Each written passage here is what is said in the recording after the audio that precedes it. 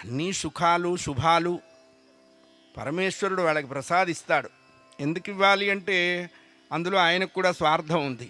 ఎందుకంటే వీళ్ళు 10 కాలాల పాటు చల్లగా ఉంటే ఇట్లాంటి ధర్మం వృద్ధి అవుతూ ఉంటుంది. ఎవరన్నా వాకిట్లోకి వస్తే గొప్పడు అన్నం పెట్టాలి, ఓ గ్లాసు మంచినీళ్ళు ఇవ్వాలి.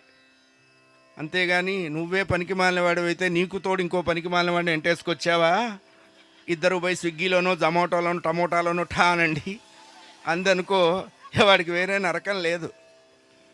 అందుకని ఎలా ఉండాలో చెప్పింది రామాయణం, ఎలా ఉండకూడదో చెప్పింది భారతం, ఎలా ఉంటే మోక్షం కలుగుతుందో చెప్పింది శ్రీమద్ భాగవతం.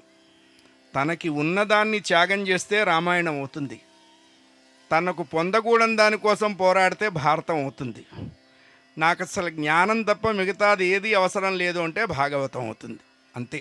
అందుకని ఈ దంపతులకి రామచంద్రమూర్తి సీతా మహాసాధ్వి మంచి ఆయువు ఆరోగ్యము ఐశ్వర్యం ఎట్లాగూ ఇస్తాడు. ధర్మాన్ని అనుసరించే వాడికి ఇవ్వకపోతే భగవంతుడి దగ్గర ఎందుకంటే ఐశ్వర్యం తగలబెట్టినా వాడి దగ్గర ఎందుకు అసలు? ధర్మాన్ని అనుసరించే వాళ్ళని భగవంతుడు 1,00,000 కళ్ళతో కాపాడుతూ ఉంటాడు. ఆయన రిప్రజెంటేటివ్స్ వీళ్ళంతా. అటువంటి రాంబాబు గారు ఇంత మంచి కార్యక్రమం కాస్త చల్లో పెట్టారు. మీకు కడుపులో వేడి పడ్డది,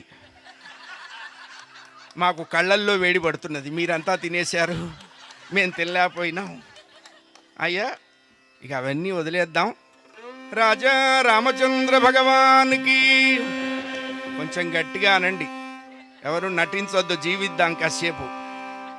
సీతామహాదేవికి, లక్ష్మణస్వామికి, పవనసుత హనుమానుకి, శంకర భగవత్పూజ్యపాదులకు, సౌజన్య నిధివాణి సౌజన్య నిధివాణి సౌజన్య నిధివాణి సరిగాడు